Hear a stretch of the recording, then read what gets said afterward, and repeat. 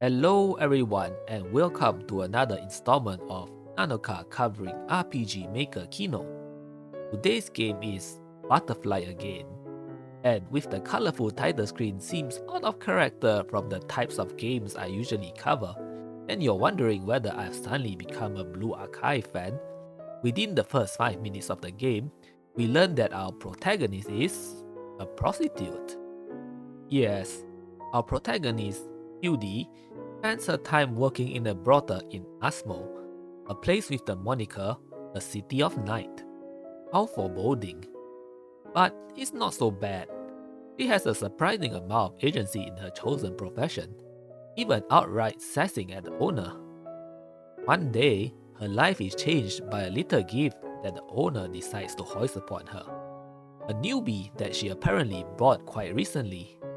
You see, they are running a little low on space and manpower, so would Yuri kindly room and train her up? Thanks 1 million, bye bye. The new girl is understandably a little confused at her new situation, muttering in confusion about missing her father, being cold and hungry, and so on, which causes Yuri to snap and try to shake her out of it verbally. It's a common story for girls to be sold into prostitution, and without access to higher education or power, that is simply their lot in life, truly society.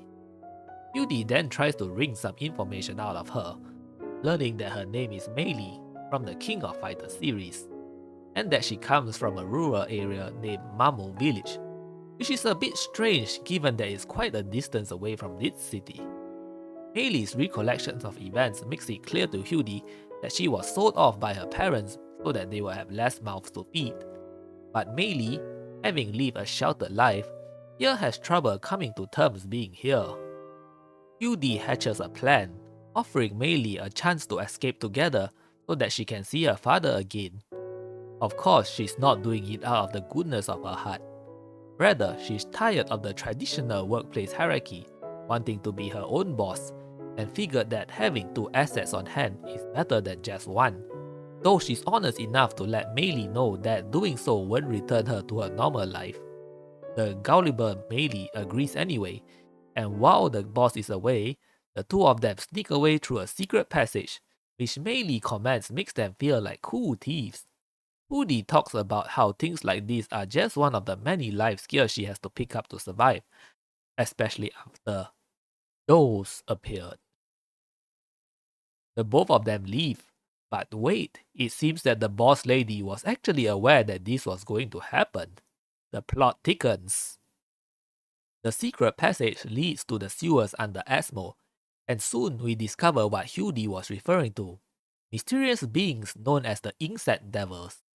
Yuri points them out to Meili, but she seems unable to perceive them, which confirms Yuri's suspicions. We'll get to that later, but for now, Yuri tells her to stay back in safety, while she handles these monsters with the power of magic. In Butterfly Again, all combat is done through magic. The concept of physical attacks does not exist, to the point where physical attack and defense stats aren't a thing in the system, which is quite a bit of dedication to the Ludo narrative. The battle system is fairly simple, though not to the point of default RPG Maker.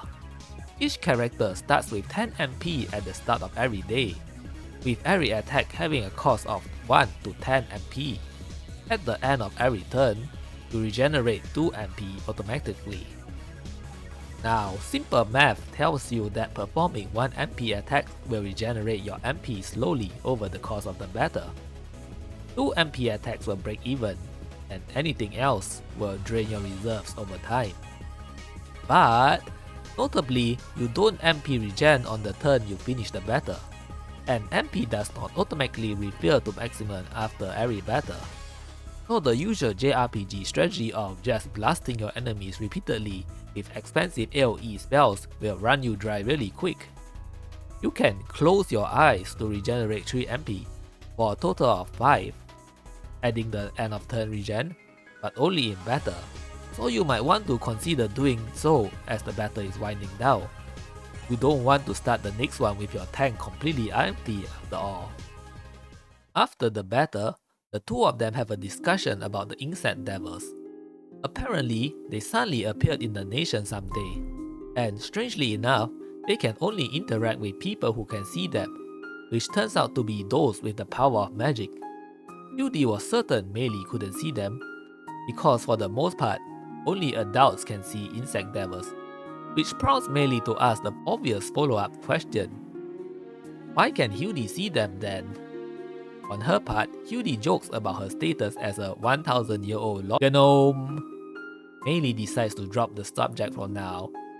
A while later, the subject of magic does come up again, when Meili notes with curiosity that Yuri is using a match to light a campfire, when just a while earlier she was casually shooting fire from her hands. In response, Yuri educates her on the nature of magic. Despite being rather common, it's only useful in combat against insect devils. Otherwise, their kingdom will have long tried to harness it as a power source to improve their lot in life. Besides, even if it did have an effect on normal things, Meili can't perceive magic. So if she lit the firewood with magic, then she wouldn't be able to benefit from the warmth. Yuri then asks us if Meili is interested in using magic, and why for. After all, it's an extremely limited tool that also opens you up to the danger of monsters. From a self-serving perspective, the juice is obviously not worth the squeeze. Meili, on the other hand, believes that it also means that she can help out others in danger. Quite the contrast of opinions. Anyway, after some progress, the pair emerge from a manhole, with Yuri informing Meili that they are just outside the Imperial Castle, Vizier.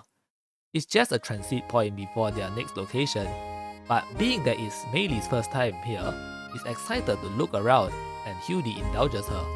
But first, they got to secure a place to stay. Unsurprisingly, the inn owner attempts to rip them off with an unreasonable price, despite Yuri's attempt at negotiation. There's no other alternatives, they have to pay, and as Yuri points out, they don't exactly have a pirate's skill set when it comes to making ends meet. Here, Yuri figures this is as good as time as any for Meili to get her on-the-job training. Thinking it's simple from her years of experience, she directs her as such. You just need to call out to him and say, "Would you like to buy me?" That is all. After that, you just need to listen to him and you get money. Well, as it turns out, experts always wildly overestimate the average person's familiarity with their field. The actual act itself goes pretty well, but it's the negotiation that's a source of amusement. You see, it's a callback to an earlier scene where Yuri buys the hungry Meili some cheap snacks, and Meili, once again the extremely sheltered sort of girl, attempts to use the price of snacks as a barometer as to how much payment she should ask for. The end result? A price of 50 gold pieces. Enough to buy those snacks like 5 times even. Needless to say, when Yuri hears about this, she comically blows up at her. She does accept some blame in the process, as Meili really couldn't be expected to know what the market rate for the profession was. I mean, I certainly don't. However, Yuri later apologizes for being harsh, and we get a deeper glimpse behind her. She's very particular about the value of hard work, purchasing some more of the same snacks that Meili enjoys so much. To earn money, you have to lose something in return. That chocolate is unmistakably bought by what you earn from your own efforts. Savor it well.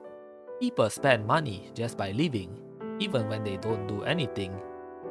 You're here alive right now because someone spent money on you, which leads to the second lesson she wants to teach Meili.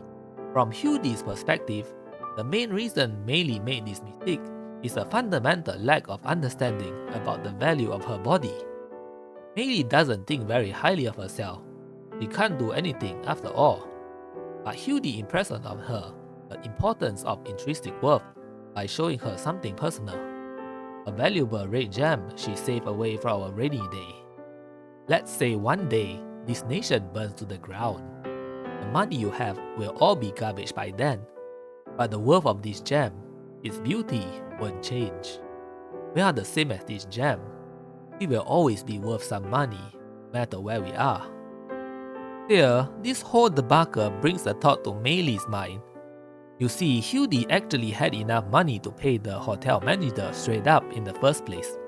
She only made Mayu work because she didn't want to spoil her by letting her freeload all the way throughout the journey. But it's clear that Yuri actually has a good amount of savings stashed away. So why does she continue to work as a prostitute? Yuri ponders. Maybe prostituting myself is the goal, not the money. Because it's fun. But she also has a dream she wants to make happen. A grand dream. She's not letting us know the details at the moment though. Turns out, Yuri does have a dream. Literally. We get more context on the sequence from the start of the game. Yuri lived her seemingly carefree life, visiting the flower field whenever she wanted something beautiful to look at.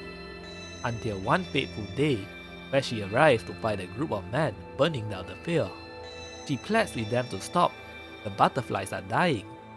But they knock her away and they ignore her, muttering words that she's unable to make out, except for a single one. Butterflies. Disorientated and unable to stop them, her first instinct is to return home. But she is instead struck by a sudden impulse to run away instead. The two girls awaken to the sound of a commotion outside. It turns out to be the king of the nation himself, giving a grand speech about the threat of the insect devils, but also reassuring the crowd of their safety through a demonstration of his powerful magic. Mayu, once again living her entire life free from the knowledge of current events, wonders who the man is, and Yuri not only informs her of the identity of King Xiao, she also takes the time to teach her a little factoid about the nation they live in. Over 70% of the populace in the kingdom are able to cast magic, and having strong magical abilities affords you great respect. That seems to make logical sense to Mayu, the strongest magic user being the king and all that, though Yuri asks that she gives it more thought.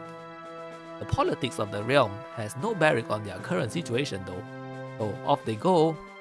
With the story scenes done and dealt with, you're allowed to freely roam the town before your final departure. I suppose this is a good time to go into the details of prostitution as a mechanic. As it turns out, monsters don't drop money when defeated. What do you think this is? Dragon Quest? Instead, in the wonderful world under capitalism, just as Yuri informs us, we must all work to survive. It's a little roundabout, but in order to strengthen our characters, they must convert SP, the currency that's actually dropped by said monsters, through the act of having Zech, their client. As they say, money can be exchanged for goods and services, except this time, you're on the other end. You actually have the freedom to do whatever you want. Yes, pun entirely intended.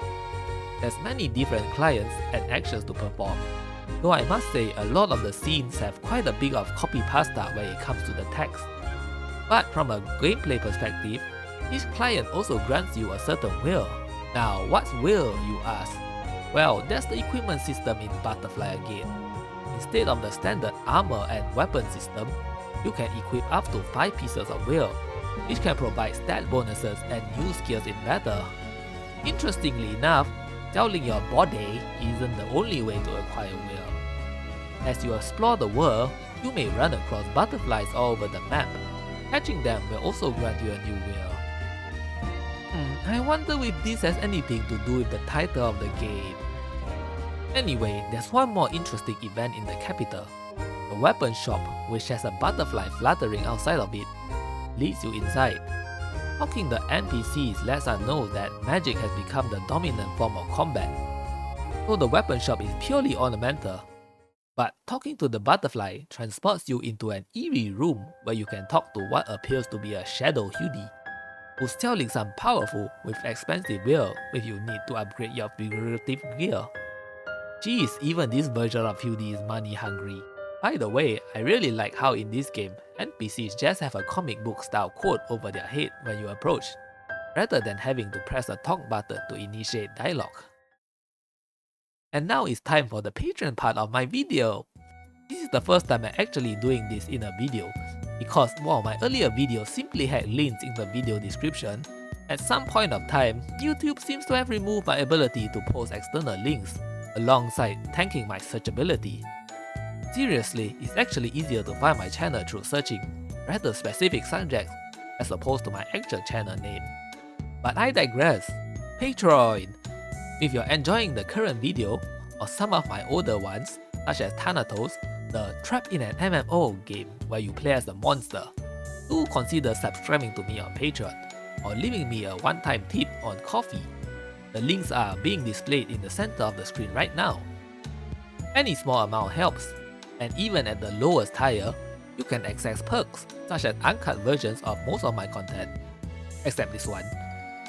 Among other things, the support of my long-time Patreon subscribers that allowed me to upgrade my audio equipment into the current one I'm using at the moment, as anyone who has watched my first video on Buzama 2 can attest.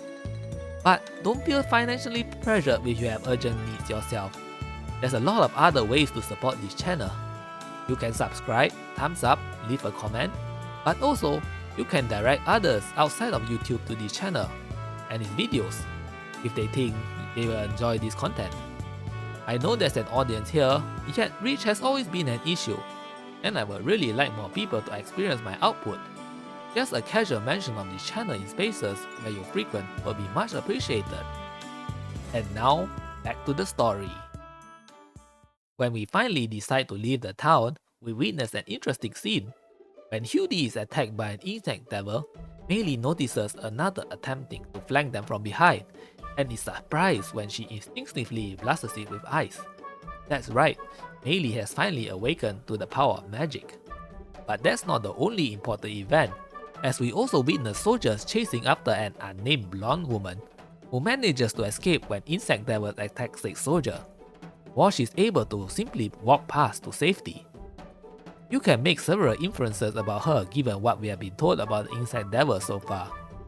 Unfortunately, this means that the direct path to the next town is blocked off, and thus we have to take a detour. But some careful examination of the area reveals a numbered note apparently written by King Zech. Back in the past, a nation brought in a scarlet butterfly. It charmed people with its beauty and multiplied. Anyway, after that brief detour, we make it to Port Town Levy, which once again impresses Meili. Still retains wonder at each and every new sight she experiences. Yuri then drops a new factoid, as she is wont to do. This nation is completely isolated from the rest of the world. There are ships docked in the harbor, but those are apparently only used for fishing. While they apparently had contact with other nations in the past, one day they just mysteriously decided not to, completely.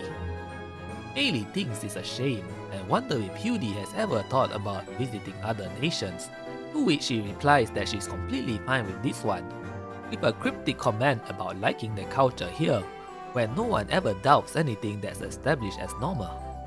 Meili, of course, doesn't understand at all, but the reader should probably have some questions about why the nation needs a massive port town with ships just for a small-scale fishing operation. First things first, they need to find living accommodations. At the inn, they witness the same blonde woman that was fleeing earlier, attempting to secure her own as well. As Yuri points out, she's being subjected to the same scam as they were earlier, but to her shock, the woman casually produces the gold needed and goes on her way. Perhaps emboldened by this, the inn manager then attempts to rip Yuri off with a bigger scam. And while she ponied up the gold for the last one, she decides to put her foot down here and take advantage of the hospitality of the Mousou to bum a free night stay off of one of them. At night, Yuri has another flashback dream. Having wandered around in a daze, she ends up in, well, judging from the background image, it's apparently Monster Girl Questland. Yuri's head clears up with the realization that she has effectively run away from home, with no means to support herself.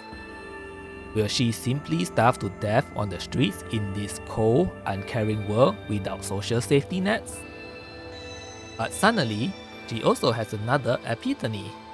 She already knows how to make money. She calls out to a random bystander, "Would you like to buy me?" The very same thing she taught Meili. Interesting. Morning breaks and we get free roam of the town. And you know what that means? But I think this is a good time to explore the dynamic between Yuri and Meili. While prostitution isn't an uncommon mechanic in RPGMakerkino, they are usually presented as solo affairs. But in Butterfly again, the duo setup allows the characters to bounce off each other, mostly through the post-service scenes where both characters will speak about what they have just experienced. Frequently, this takes the form of Yuri delivering practical advice to the still learning Meili, but even Yuri knows she can always learn new tricks. Despite her earlier outbursts, Yuri is actually a pretty gentle mentor overall. And incidentally, it's not just their professional relationship that develops over time, but also their personal one. Generally speaking, while Yuri's scenes have her as a dom, and Meili, the sub, there's a surprising amount of scenes where Yuri tries to tease Meili, only to be completely taken aback by her naive openness, and instead she withdraws from emotional intimacy out of shyness, and insisting that they remain on a professional basis. I feel like it suggests that these archetypes are entirely a professional thing for them, with their off-the-job personality being somewhat more complex.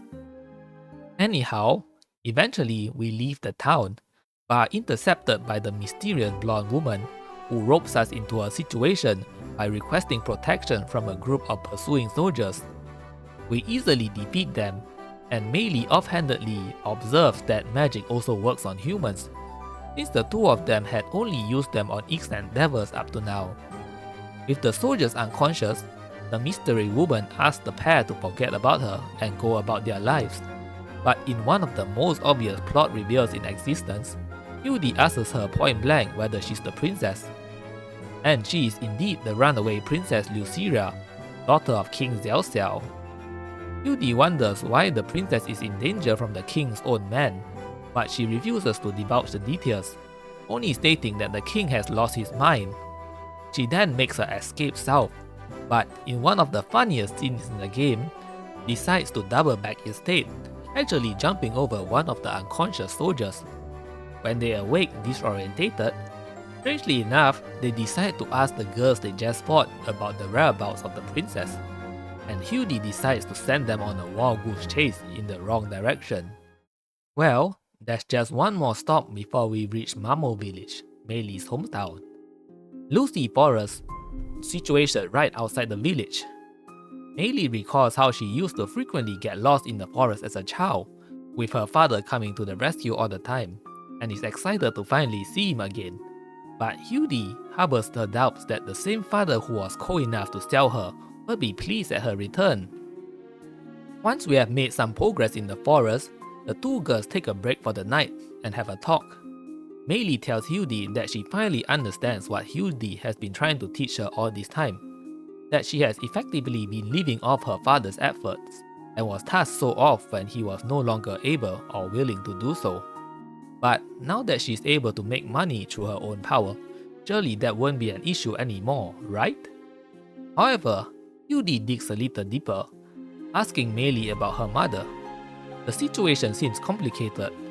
Apparently, Meili's mother left when she was young, entrusting her to her father, but whenever she tries to broach the subject with him, he angrily yells at her to not talk about that war.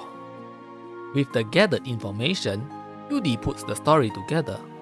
Meili's mother was likely a prostitute, and thus there's a high probability that Meili isn't his biological daughter, which led to resentment and thus the eventual sale of his own daughter. But wait, no, there's a logical error in this theory. If Meili's father really held such anger towards the profession, why would he sell his own daughter to a brothel? Well, no use thinking about it too hard, so the conversation moves on. Meili asks Yuri why she's going out of her way to reunite her with her father. Knowing her obsession with money, she points out that Yuri can clearly make it on her own, and having Meili along doesn't really add any real value there. Yuri avoids the question by throwing out one of her own, asking Meili whether she has ever seen a scarlet butterfly. She tells her there was once a beautiful flower field where the butterflies fluttered, and how she longs to see them again. Meili wishes her luck, but it's Yuri's turn to deliver a paradox, stating that the field has long since burned down and no longer exists in the nation, which utterly confuses Meili. How can you look for something that doesn't exist anymore? But Yuri is confident that the day her dream will come true is close at hand, and that she wants to show it to Meili as well. So I suppose Yuri did answer her question after all.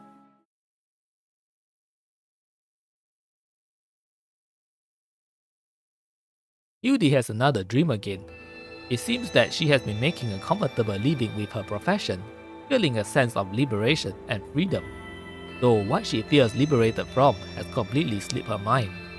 But one day, she attracts the attention of a curious young girl, and her Karen mother immediately shoos her away from Yuri, calling her filthy. Yuri lets that comment pass, but it's the next one that brings her pause. Her expression of disbelief that a small girl like Yuri is a streetwalker. Yuri has a sudden realization. She's about as tall as the other girl, despite the fact that many years has passed by. Checking herself on the window of a nearby shop, her reflection confirms the fact. Ever since that fateful day when she ran away from the butterfly field, her body has been in eternal stasis. Yuri wakes up to find that, uncharacteristically, Meili is up before her and teases her about it. But it turns out Meili is now harboring doubts as to whether she made the right decision to go back home in the first place. Yuri apologizes and tells her she'll try to hold back before blasting her with fire magic as a bit of a wake-up slap, pointing out that she's already made it this far, so she might as well see this all the way to the end, and then ponder her options later.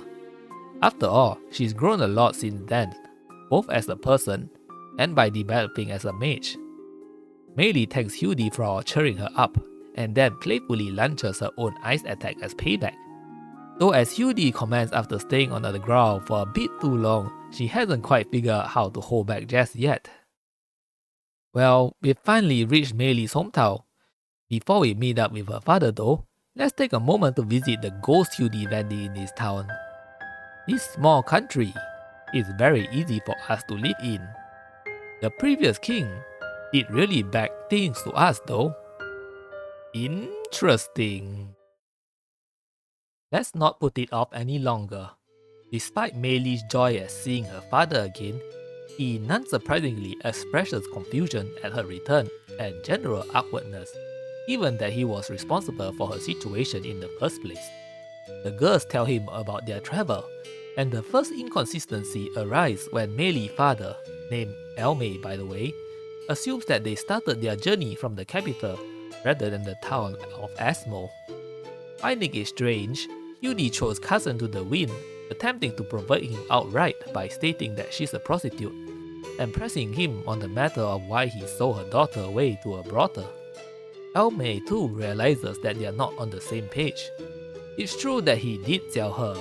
However, a soldier from the capital enters the house and interrupts their conversation, something which Yuri finds completely out of place. Addressing Elme directly, he claims that he has already been paid the money, yet the blue-haired girl has not been delivered to them. This is of course Meili, and the true story is revealed in the flashback. Elme did not sell her to a brothel, but instead to the kingdom itself. The soldier tells him not to worry about her welfare.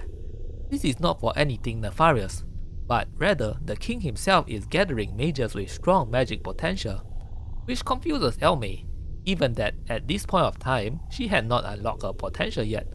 But the soldier doesn't seem to particularly care. The king could very well have sensed a blossoming talent after all. Meili was left out of the conversation. Why should she have any agency over her life after all? While the two men are distracted, a familiar lady, the brothel owner, tells Meili to get into a carriage, where she'll take her to a safe place. When Meili asks where they are going, she only replies that it's safer than being under that king. This revelation led to an amusing response in the present, where Yuri mentally curses the brothel owner for putting her into this situation by lying about Meili's circumstances.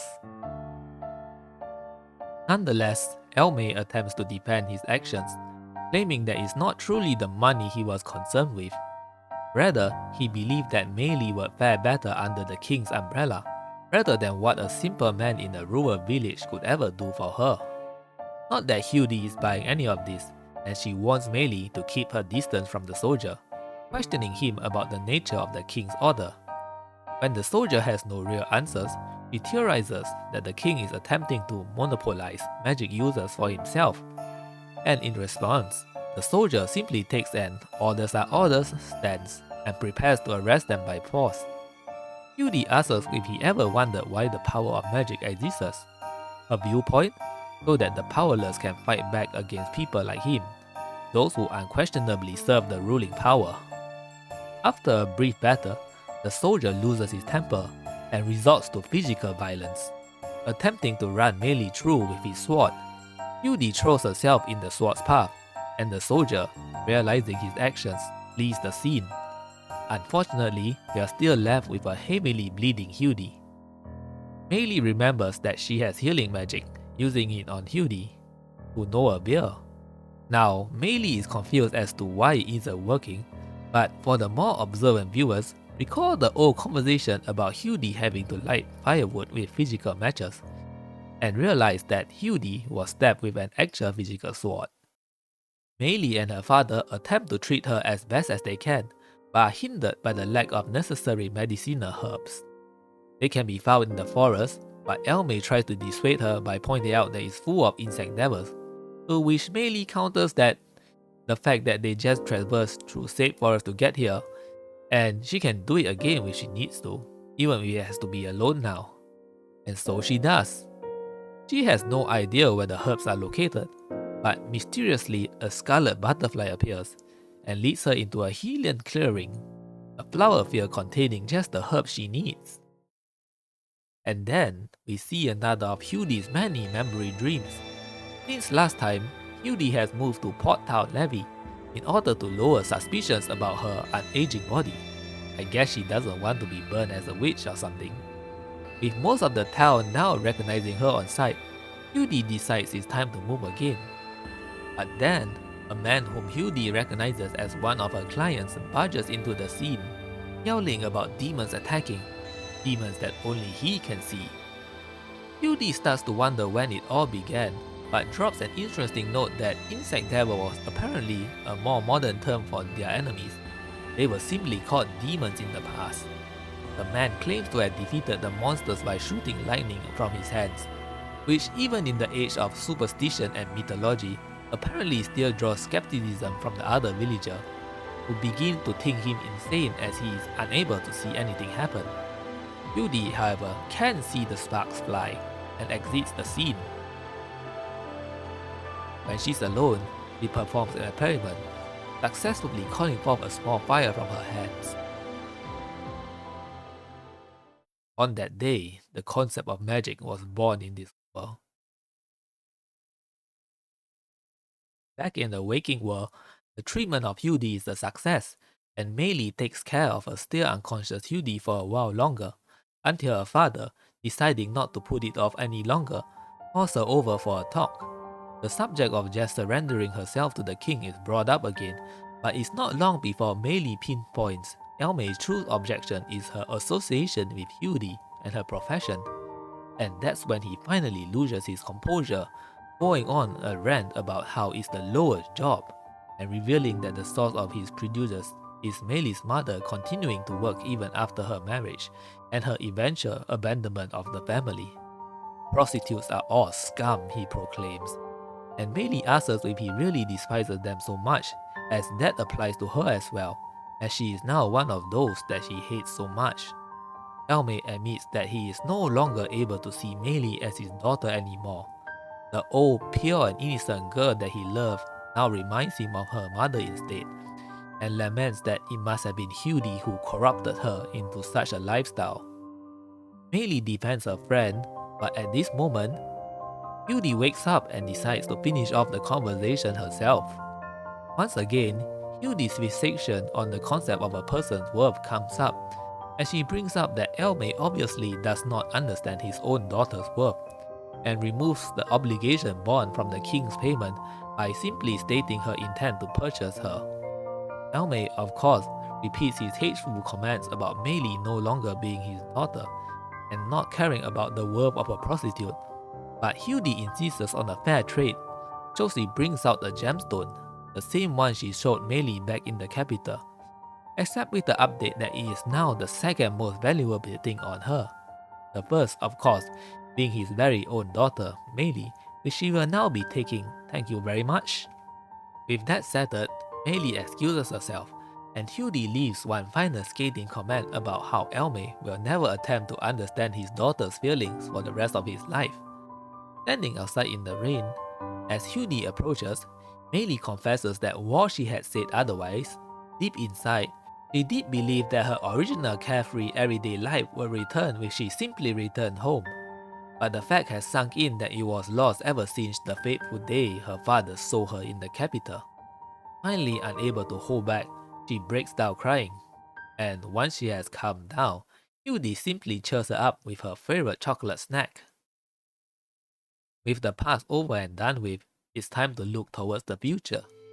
The journey here has been what was driving them before, but now that it's the bus, Yuri says she's thinking of just going back to Asmo and working at a brothel again. Of course, secretly, what she really wants to do is question the owner on why she kidnapped Meili and King Xiaoxiao's goal in the entire thing. But for now, as the game tells us, it's time to live freely. This is another free roam beat, although you're mostly confined to the village, since the plot will progress as soon as you head back. Now, an interesting beat here is another post-job conversation between Yuri and Meili. Their jobs have been smooth sailing so far, but Meili wonders, what if the customer refuses to pay? Yuri just tells her to threaten them with magic, as if it were a simple and obvious answer. Self-defense has been a subject that's been on Yuri's mind before, as she brings up the interesting law that prostitution was once fully legalized under the old king, but the current one has brought it into a bit of a legal grey zone, with the threat of hostile state actions that implies. However, as the oldest profession in the world, the demand will always be there, so all they can do is earn as much money no matter what the situation is like. Alright, let's progress the plot. Back at the capital, we see the king personally save 2 villagers from an insect devil, before attempting to scout the young girl himself. However, the princess arrives, sacrificing herself so that they may escape, while also delivering one of the more amusing insults to her own father. However, she does get serious and wonder when it was that her father changed from a kind-hearted man into someone obsessed over the control of magic to ensure that none challenge his rule. Before Lucretia can be arrested, Yuri arrives and rescues her with her powerful fire magic, something which Xiaoxiao recognizes. Turns out, Yuri and Xiaoxiao knew each other from times past, and they proceed to have a debate. Interestingly enough, both King Xiaoxiao and Yuri believe in the rule of the strong. It's just that King Xiaoxiao believes the acquirement of power should be tightly controlled. In his own words, magic is wasted of mere prostitutes. While Yuri believes he's just an old codger who can't accept that in this new world that anyone can acquire magic means even the lowly can rise to power. Interestingly, she also makes the comment that this is what the king wants as well, but the king responds that magic is a twisted power, and those who have and have not must be segregated before simply walking off the scene. Princess Lucretia invites the both of them in for a little talk, wanting to pull information to try to sort things out. The first subject that comes to mind is how Yuri, prostitute, is on personal terms with the king himself. Yuri simply states he was an old customer back from he was before a king. This puzzles Lucretia somewhat, since in her memory, her father had always been the king, and Yuri chalks it up to a simple misremembrance. On the subject of Xiaoxiao's goal, that he wants to monopolize magic is straightforward enough, but Lucretia is confused as to how exactly kidnapping non-magical girls is supposed to help that. Yuri asks Lucretia point blank whether she is here, to which Lucretia replies that she is, and Yuri drops a revelation that some savvy players might already have figured out. Magic is spread through the act of having sex with a person who already possesses the power. She correctly intuits the sequence of events that led to the princess turn against her own father, how King Zech had a complex regarding the princess of the kingdom that prides itself on magic, having a daughter who can't use magic at all, and the horrifying implication that if Yuri had not managed to escape, then she will also be a magic user right this moment. With this, everything seems to fall into place. By imposing restrictions upon prostitution, King Zech can stop the proliferation of magic by those who may threaten his power, and he can also create his own super soldier mages. With no other options due to being powerless, Lucira enlists the help of Yuri and Mayu, with the latter being the more enthusiastic one, believing that this is her time to figuratively repay the debt of relying on the goodwill of others till now, and Yuri just going along for the ride. The princess allows them to rest for the night, but when she's gone, Mayu asks Yuri if she's hiding something. Her intuition is telling her that something is off about the story. Yuri deflects and goes to sleep before she can pursue further. It's yet another Yuri dreamtime. Some time has passed since the last flashback, and it seems that those who can see demons now outnumber the ones who cannot. Yuri has really advanced her social status in a new way. She's not just the most popular streetwalker in Asmo, but also a powerful mage who protects the citizens with her new power against the demons, who appear more frequently here than anywhere else. However, it appears that this power may come at a price, as Yuri constantly has headaches, bloody red flashes, and a mysterious voice speaking in her head. "Hello Yuri, I will make you the queen of butterflies, so go and make more friends for me, okay?" I can just tell, even if I don't want to, that magic, that this power, is a disease.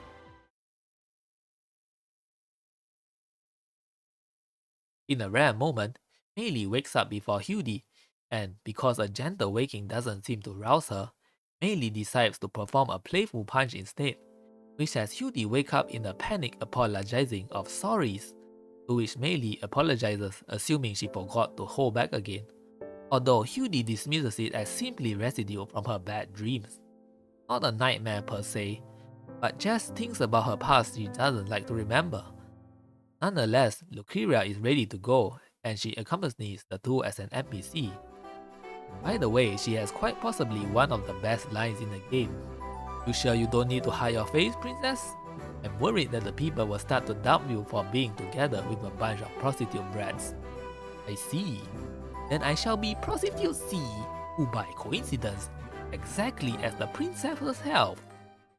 Anyway, since we are in the capital, let's see what the butterfly shop has to say. "Me and you will always be together, Yuri. There are lots of my friends here now. Just a little bit more, Yuri." Well, that's unnerving. Moving on. As we reach the castle, it's fairly obvious that they can't stroll in through the front door, so the princess shows them a secret passage inside, as princesses are wont to do. And as the girls head in, we see another scene take place at the same time, back in the city of Asmo, a familiar brothel in fact. Two guards show up with instructions to search the place for sheltering Mayu, and when the owner refuses, they also add that brothels are supposed to have all been banned years ago as an implied hostile threat. Yet the owner refuses to back down, even directly hurling insults at the king.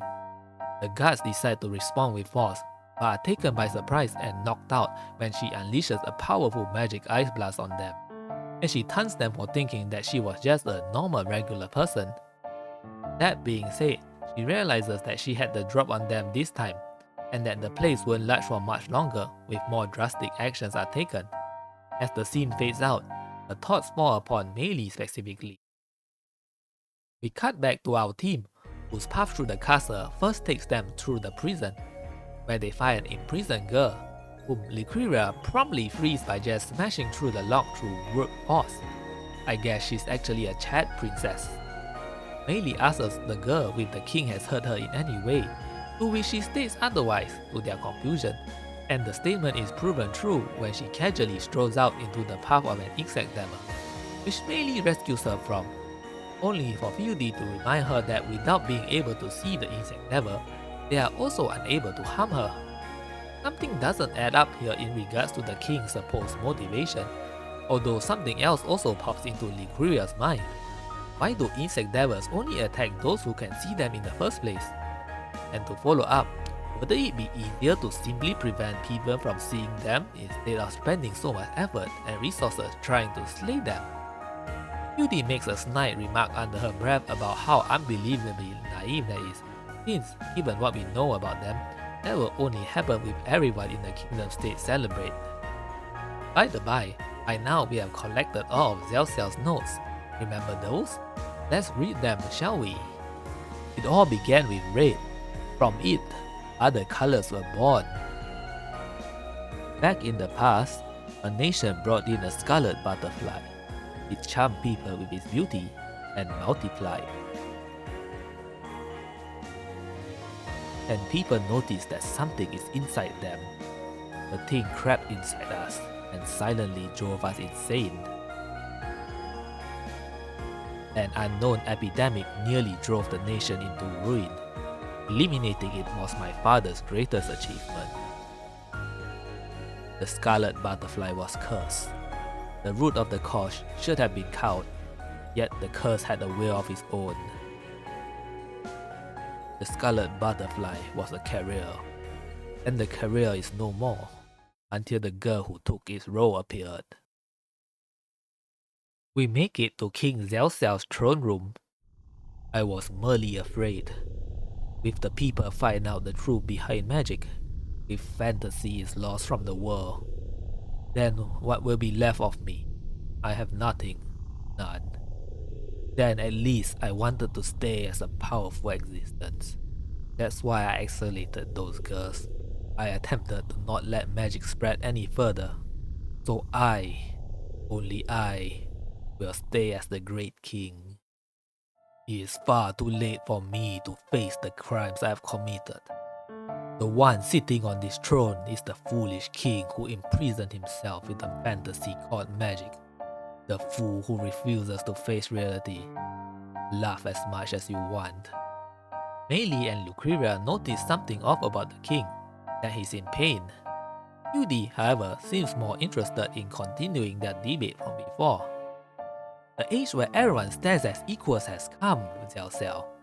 Magic can only hurt those who wield magic. There is no need for weapons anymore. Wonderful, isn't it?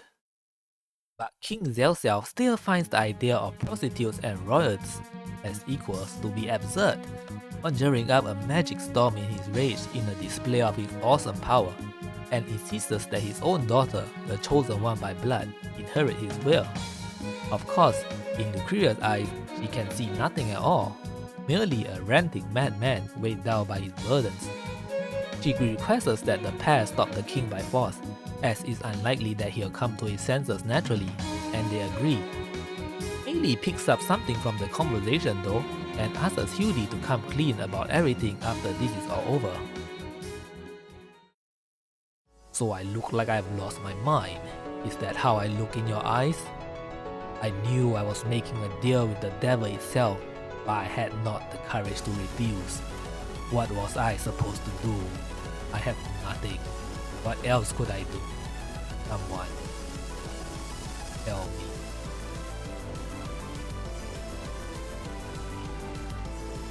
The final boss battle begins. I like how King Zelcel isn't portrayed as like a standard RPG Maker old man king boss battler, but rather as a sort of fairy tale Shadow King-like figure. Also, he summons help in the form of two skulls that are named Complex. It's clever because it's symbolism. Strangely enough, after the boss battle, we transition not to the aftermath of the battle, but another of Yuri's flashbacks instead. An old woman, different from the brothel owner we know, comes in to inform Yuri of a new customer. When Yuri expresses concern about her advanced age, she tells her that she's going to retire and leave the brothel to her daughter anyway, to which Yuri asks about, as she has never met her. She eloped with a man from Mamo village. Wait a minute. Well, they have some playful banter about her belief that one day her daughter will return to take over the family business, and Yuri says she will happily work for her if that's the case. Anyway, the side tangent has distracted them from an important part, that Yuri has a new customer, a very important one indeed. In a shocking revelation, it turns out Zech did in fact visit Yuri while he was younger, when he was still the crown prince rather than the king. No, not for that reason. He's actually there because he was investigating reports of demon sighting and magic. They begin by talking about his father, the previous king, currently on his deathbed. How he was a great king who discovered the source of an epidemic ravaging their kingdom, an imported species known as the scarlet butterfly, and how he manages to catch it in time to save the nation before it spiraled into insanity. However, the epidemic has returned, and tracing his father's footsteps, he searched out the scarlet butterfly. But that led nowhere as it's supposedly extinct. The only thread linking the people together is the fact that all the witnesses were Yuri's clients. He wonders who this girl truly is.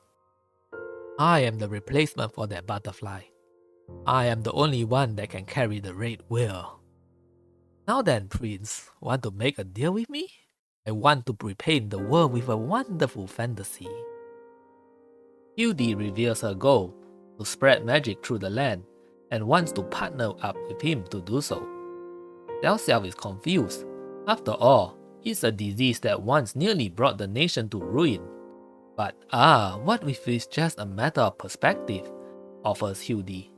If everyone has the disease, then the ones who have it will be the norm, not the outlier. She plays upon his fear of not being talented, of not living up to his father's legacy, of being lost in his direction in life. Every heroic tale needs a villain. Surely you know that, right? Everyone will wield this unknown power called magic, and everyone will imagine themselves fighting against terrifying demons. Wonderful, isn't it? Let's see those things that the disease see. Demons doesn't sound right. That's right. How about insect devil? You'll be the great king that protects the people from these unknown insect devils. How about that? A great king. You'll be the one to spread this to the entire nation, this wonderful setting of ours. That's right, the devil King Zech made a deal with was Yuri herself.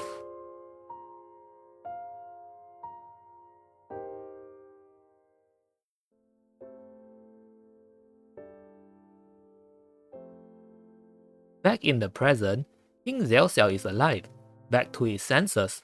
What a relief, just kidding, Yuri tries to kill him off with a giant inferno. But it was just a prank, bro. Figuratively, as Yuri explains, magic can't actually kill people. She asks us merely a question that seems blatantly obvious. Why is the king in pain? Because you burned him with your magic! Ha, don't be silly, Meili. Humans can't shoot fire. Ever heard of the term shared psychosis? It's a disorder where people share the same hallucination, also known as folie à deux. It's a symptom for primates that have been paralyzed by will. Yuri, what in the world are you talking about?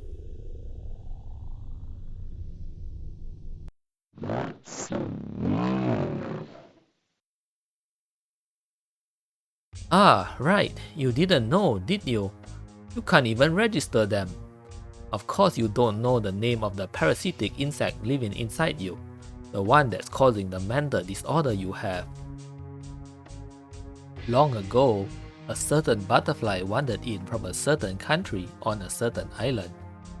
It was a beautifully red scarlet butterfly.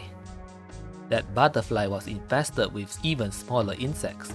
Small insects that aren't even the size of the tips of your fingernails.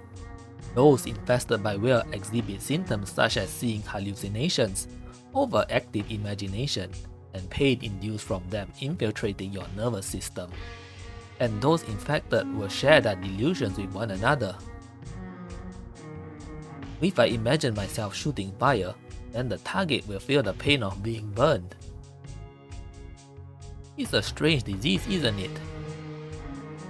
and those symptoms are called magic by the people of this nation.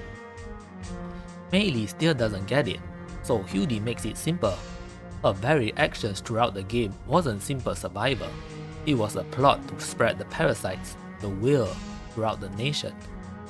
The will slips inside your body and leaves before we even notice it. They do that regardless if we want it or not. Hence, before we even notice. You experienced it yourself, didn't you? The kinds of magic you can use suddenly increases and decreases. Strange, isn't it? It's like they are not just obeying their instincts, like they have a will. By the way, this is a really amusing meta explanation for changing your equipment loadout for better. But the red will I got from the scarlet butterfly is different. It doesn't want to get out of me.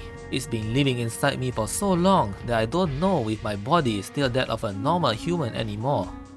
It doesn't age, this body of mine. The parasite might have changed my body to be exactly the same as itself. I must have been chosen by the scarlet butterfly, chosen to spread the children of will throughout the nation. You see, Meili, everyone in this nation has gone insane, all thanks to the disease I spread. They're afraid of insect devils that don't even exist. They believe something as dubious as magic. But still, I think it's incredibly wonderful. Even someone like me, someone who can't do anything but sell her own body, can become a great mage as long as I spread this delusion called magic. Yuri gloats about how she played the king like a feeder. They worked together on this plot, which took a long time to come to fruition, to the point where he eventually got cold feet and attempted to halt the process, explaining his earlier contradictory actions, but it's far too late by now. Yuri asks her the rhetorical question of why her plan worked so well. It's because the country has no proper education. No one knows why or how the sun rises, and they believe the sky is the one that's moving. With no proper religion or education, all they can do is decide based on their own personal, vague sense of what's right and wrong. Normally, it isn't normal for a brat like you to sell herself. They have no idea if magic actually exists or not. The people in this country only believe what they want to believe, interpreting things to their convenience. Do you know how people from other countries see this nation? An abnormal nation stuck in the Middle Ages. That's how they see us. That's right, as it turns out, Butterfly Again isn't a classic medieval fantasy RPG. It actually takes place in modern day. There's quite a few hints scattered throughout the game, though players might have simply passed them over, as anachronistic elements such as cell phones are a common feature in many Japanese fantasy media. For example, the MP restoration item is named Cold Medicine, and in a previous scene, Yuri boasts that her eyes are so good that she can even see germs. Now, I hope I don't need to tell you this, but germ theory was not a thing back in medieval times. They would probably think a sick person had the imbalance of the vapors or something. Yuri offers Meili the chance to continue furthering her plot, to spread the disease even further. Meili is confused and hesitant, and Yuri says it's to be expected, since she's always been a little slow-witted.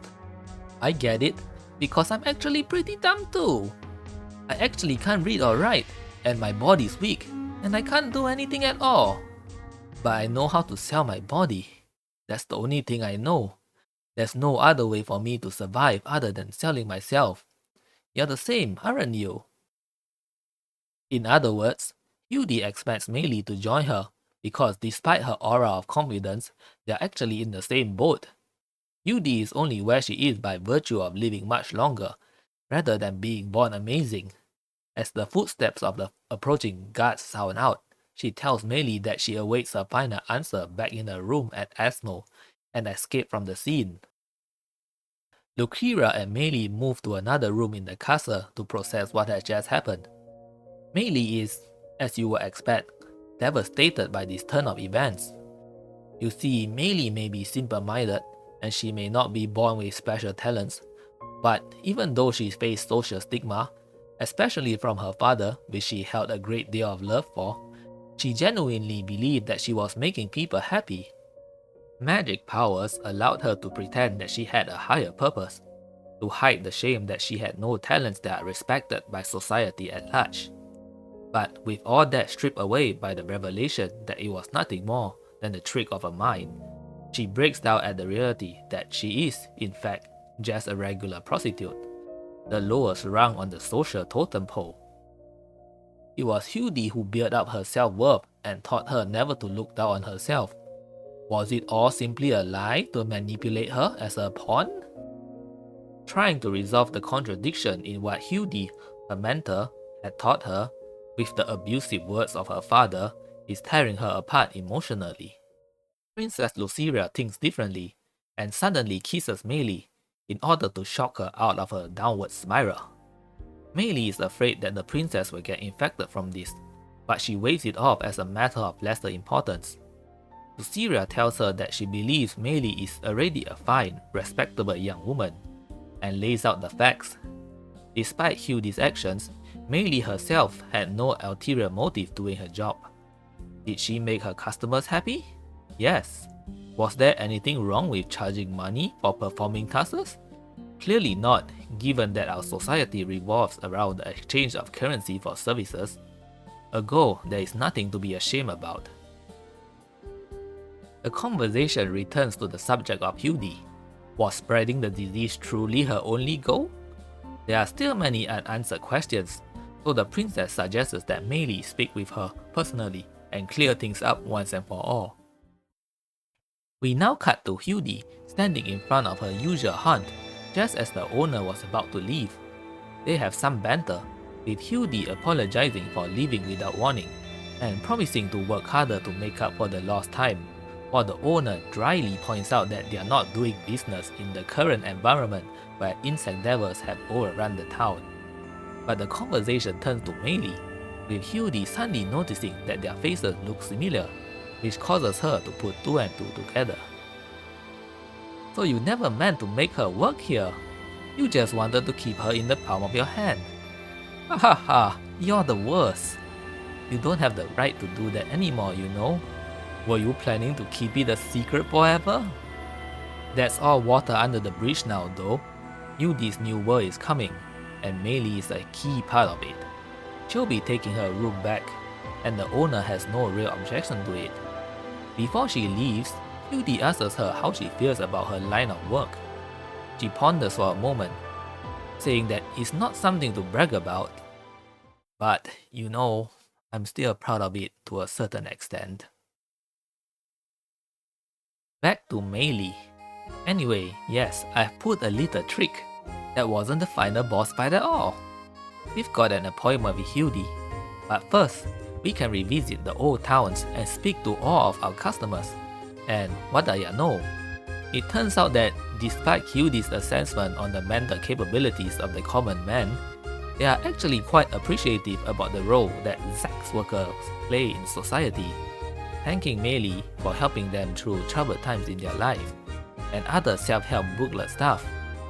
They also express confusion on Yuri not being here, since the two of them were always together. Well, we wouldn't want to disappoint them, would we? So off we go to Asmo. So we reach the outside of Asmo in short order. And who should be there other than the brothel owner herself? Like Yuri, Meili also apologizes for escaping, but hers is actually genuine. Meili talks about all the things Yuri has taught her about the value of money and taking it for granted, but the owner tells her that it's not important anymore, instead asking for a hug instead. And she talks about all the regrets she had in her life. If you haven't figured it out already, she's actually Meili's mother. By the way, her name is Lite. May. Lite. Wow, these two truly were parents of the year. Lite is confident that her daughter has grown up to be a fine young woman, one that will make far better life choices than she has, and wishes her luck in regards to Yuri. Meili feels a sense of warmth and nostalgia, but leaves the conversation never knowing that she was talking to her own mother. And here we are, back where it all began, Asmo. There's no humans around, but it doesn't take long before we run into an insect devil. With the knowledge that Yuri bestowed upon her, the insect devils are no longer the terrifying, mysterious monsters they once were. In fact, Meili actually feels pity for their circumstances, as she is now able to see their true form. Simple butterflies that have been infected by the whale's desperate attempt to stay alive. But if they are going to bar her path, she's not afraid to blast her way to a goal.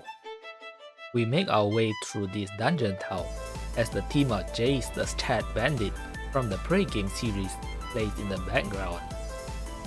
By the way, all of the insect devils in this game have symbolic names, but the ones here are particularly fitting. Trauma, catharsis, ambivalence. It's clever because it's symbolism. Right before the final stretch of the dungeon, there's another butterfly merchant. Interestingly, this one is a ghostly version of Meili, and it has a name, the Blue Whale. We are merely fragile, weak creatures that are smaller than a strand of your hair. Our voice cannot be heard by you people. But we still have a will. We still have the will to live. I wonder why we are even born. By the by, we also learned that SP, the resource you get for defeating enemies, is short for Spread Parasite. Well, we've made it to Yudi's room, and look, she left a bag of Meili's favorite choco snack right outside her doorstep. How nice of her. Anyway, it's time for the final confrontation. Except instead of the tiny cramped space we remember from the start of the game, Meili is transported into an ever-expanding flower field. We move on to find Yuri waiting for us, just like she promised. Facing your mentor in a flower field?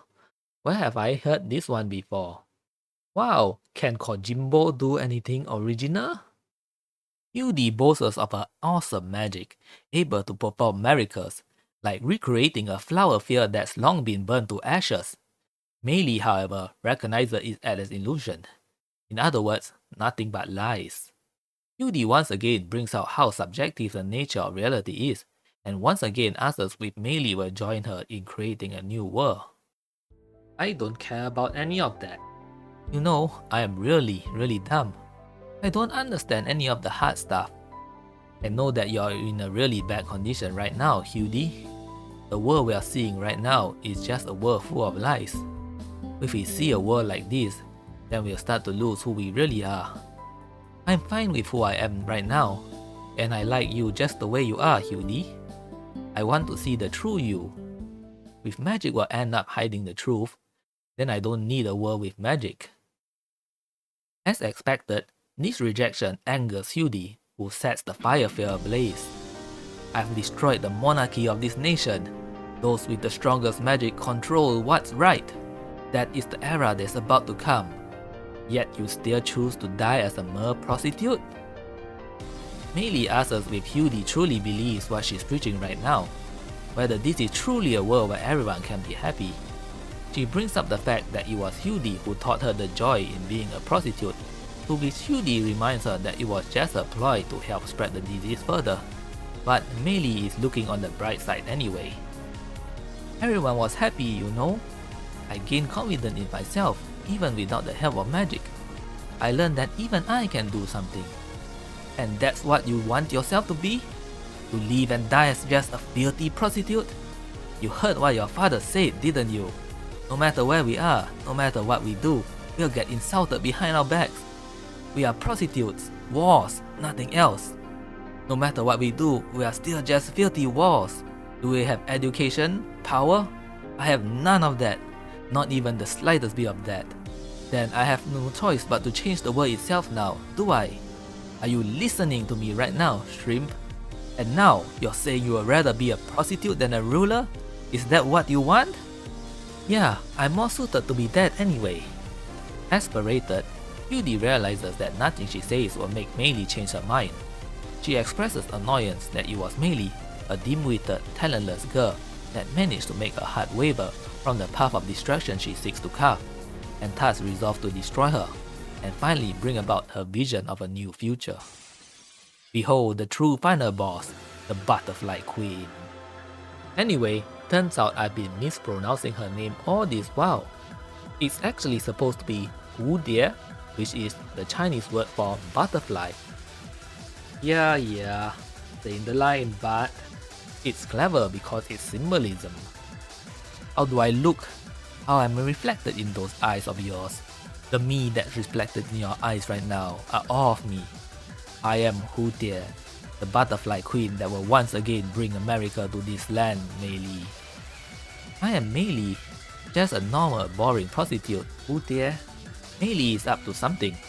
As she strikes at Hu Tie with her magic, the red whale within her begins to plead for her life.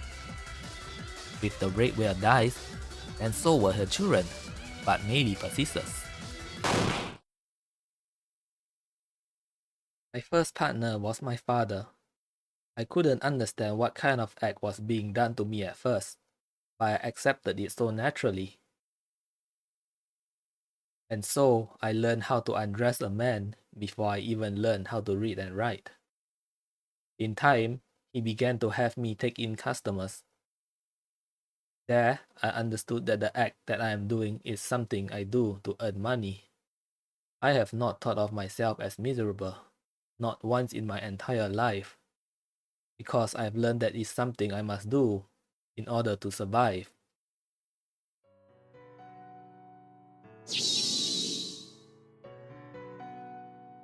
Huh? Why? Why can't I use my magic?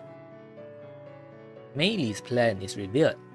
Her objective isn't to smash Hu Tie down with raw magic, like they did with King Zelxiao, but instead to cut her off from the source of magic by destroying the red whale within her. With that done, magic serves no purpose for Mei Li either, and instead of closing her eyes, the command has changed to gaze directly. I had Zechs with lots of men, every day, and all the money goes to my father. And with that, I am allowed to eat and sleep. I can continue to live. And I repeat that every day, until one day, I arrive at that field of flowers.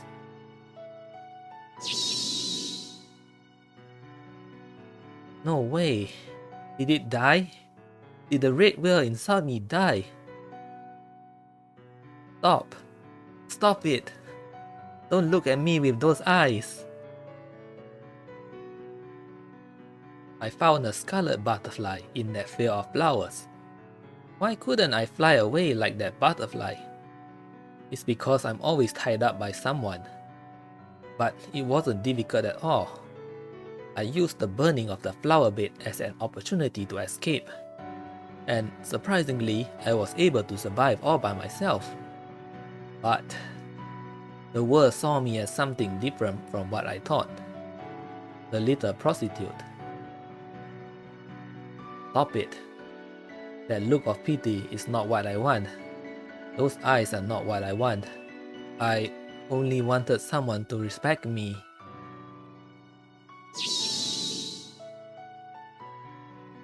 What have you done?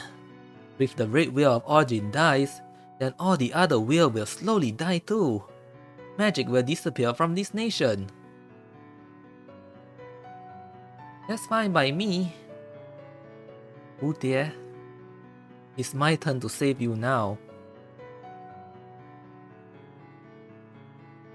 The scarlet butterfly granted me the source of magic. They are called will apparently. But this is not true magic. It is only a disease that shows you something similar to magic. But for me, that's more than enough. So the people begin to dream of a world with magic, a wonderful hallucination. It made me so excited. After magic had spread throughout the nation, people started looking at me a little differently than before. They started relying on me. I've stopped being just a mere prostitute. This can't be real. Without magic, I'm just... There's no one here but me, Hu Tie. I can finally meet the true you. No! No! Give it back! Give me back my world of magic! Your hands are so small. It didn't hurt at all, Hu Tie. If I can fully spread the will to the entire nation, then I can finally prove it to them, to those who thought of me as just a mere prostitute, to those who look at me with those filthy eyes. Look, in this world of magic, I'm a great mage. Look at me, look at me, look at me, look at me. Please, look at me.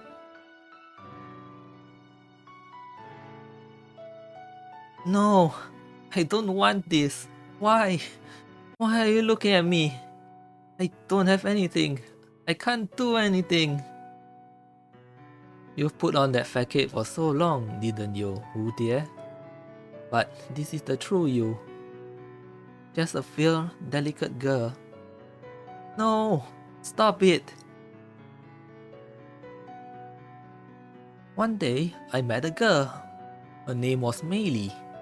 She had a dumb look on her face, and she didn't know anything.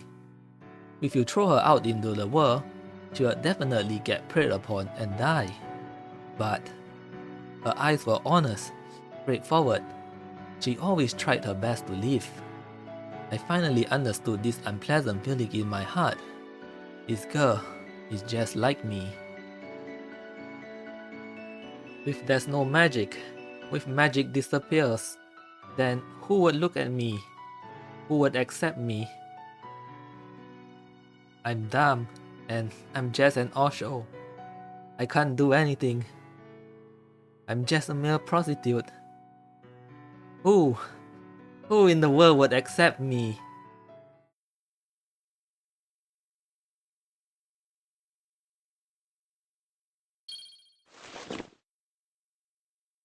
She's here. I'm right here, Hu dear. I know your worth.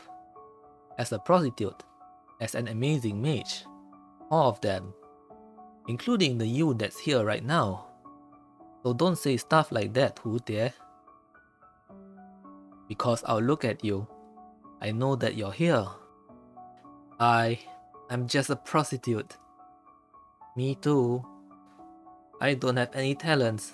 I can't live as anything other than a prostitute. Me too. I like seeing people happy, but there were people who insulted me too. They said so many bad things to me. But even a talentless prostitute like me managed to shoot fire, heal wounds, drop lightning, and everyone called me amazing. It made me so happy. I've always admired that fantasy of me being respected by everyone.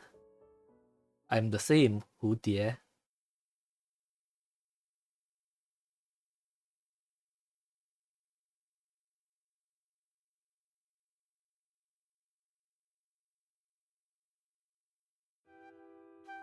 Back in the capital, King Xiaoxiao awakens.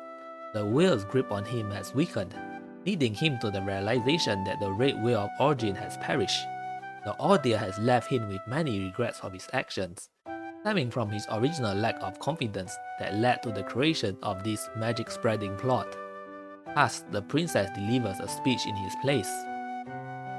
Humans will always end up admiring them, of fantastic imaginary fairy tales. This world has no wonderful powers such as magic. Our world is an exceedingly boring place. But that's exactly why we shouldn't use our admiration as an excuse.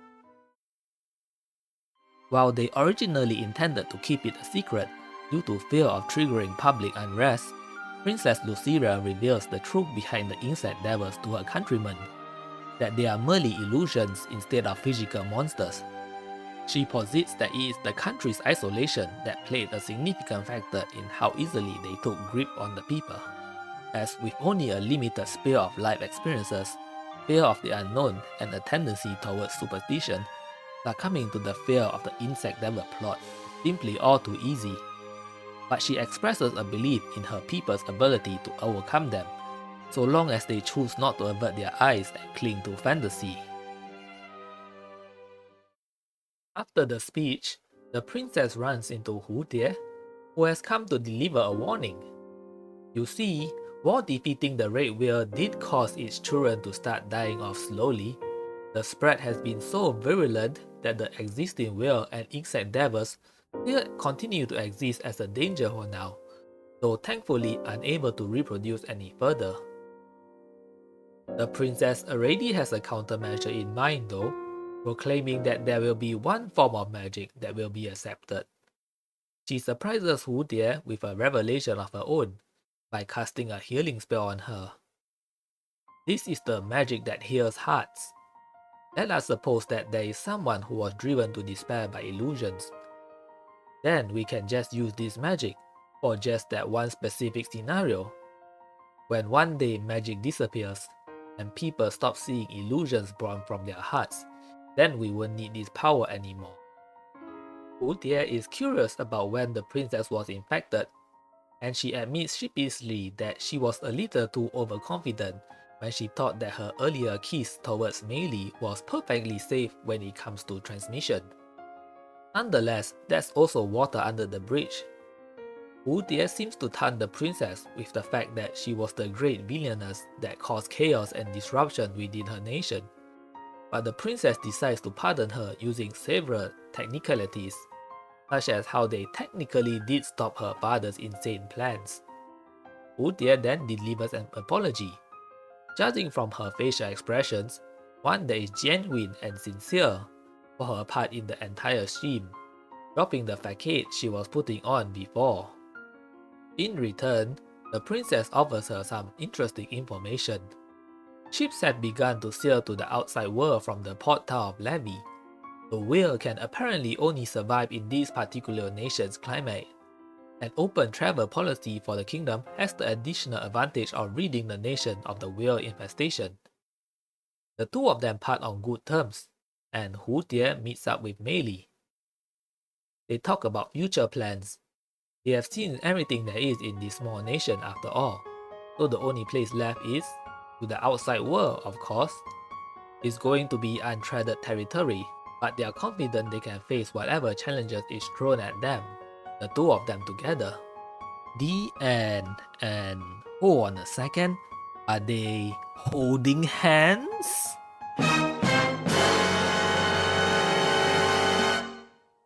Sorry guys, this is just too much for YouTube. I got to cover this up just to be safe.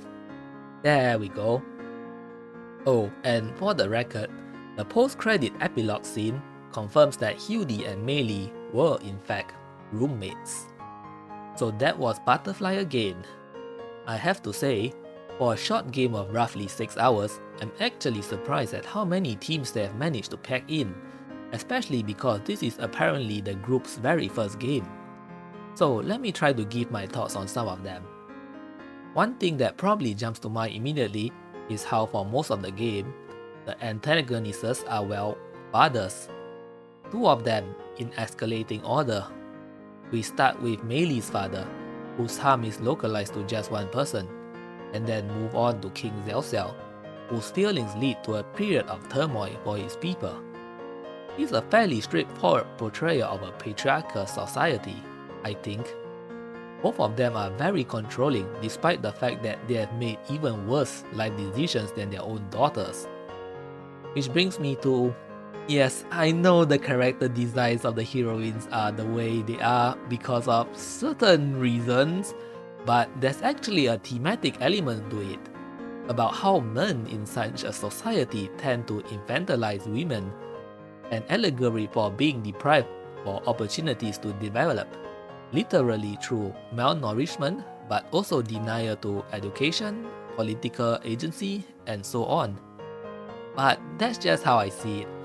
You're welcome to tell me that the curtains were blue, just as blue as Meili's blue were. There's also the theme of fantasy. Now, normally, I think the modern usage of this word makes people think of like elves and magic powers, and the later is something that's a huge focus on the game. But the opposite of fantasy can also be reality. Now, I don't quite think that Butterfly again is criticizing regular escapism. By all means, if you want to take a few hours of your life to play video games to distress yourself, you should do so. Rather, I think there's an allegory about more severe means of avoiding reality, such as hard substance abuse.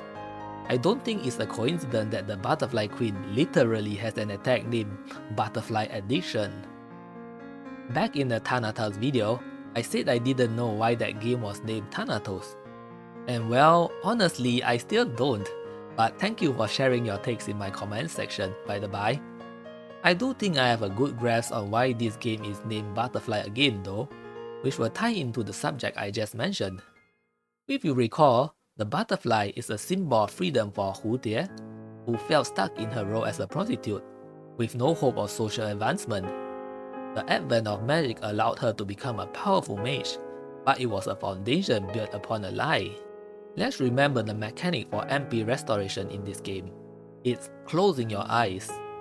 In the early parts of the game, when you read the phrase, close your eyes, you're likely to think of something along the lines of closing your eyes to focus or to concentrate, which makes sense for someone attempting to channel magic power.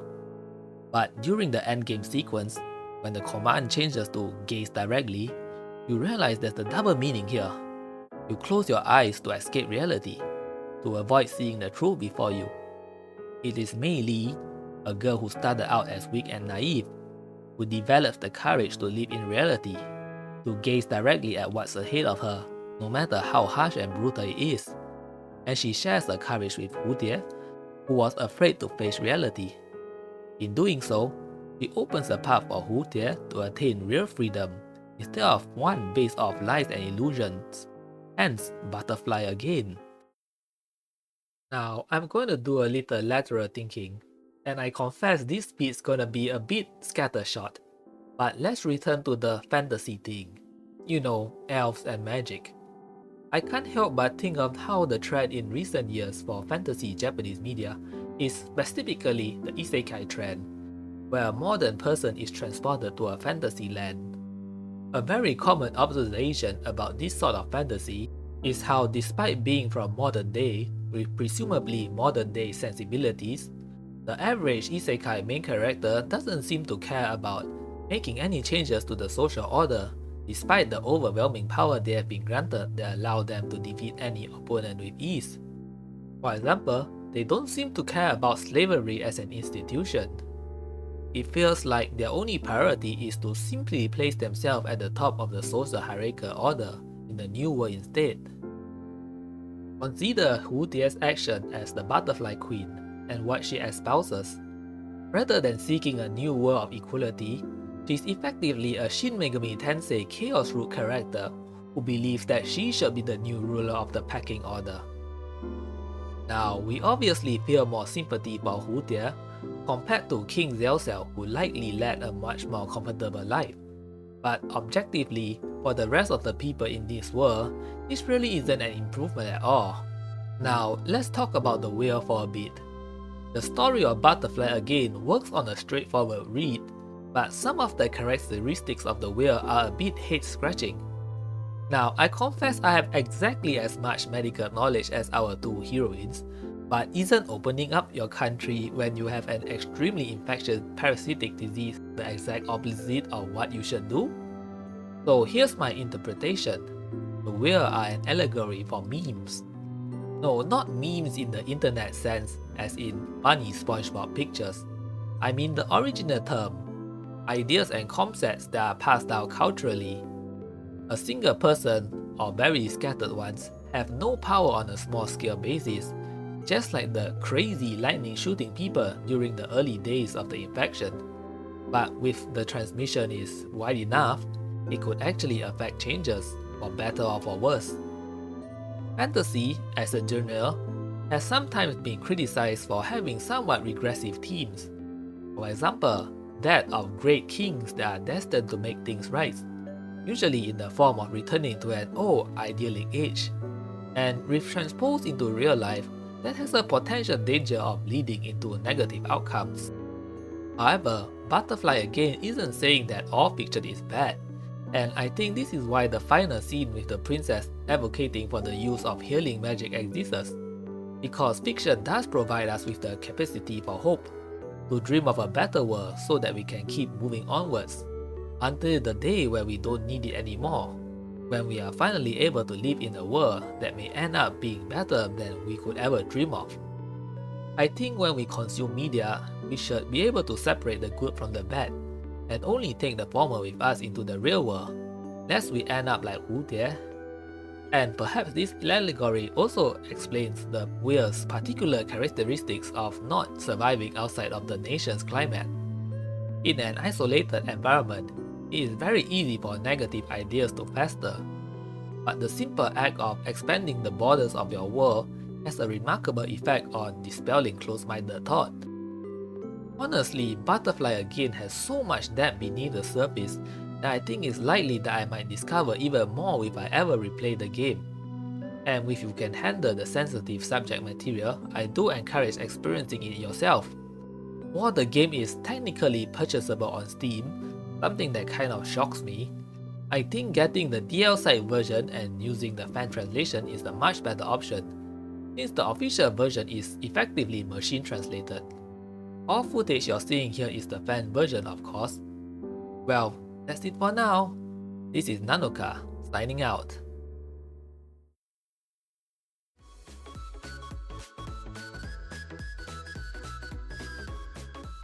Hey everyone, sorry for the wait. As you can see, this is probably my longest video for a story-based RPGMakerkino game so far, and I'm definitely thinking of taking on longer games in the future. For the next one though, I'm thinking something like Muzama just for a light palate cleanser. Either way, stay tuned for more stuff.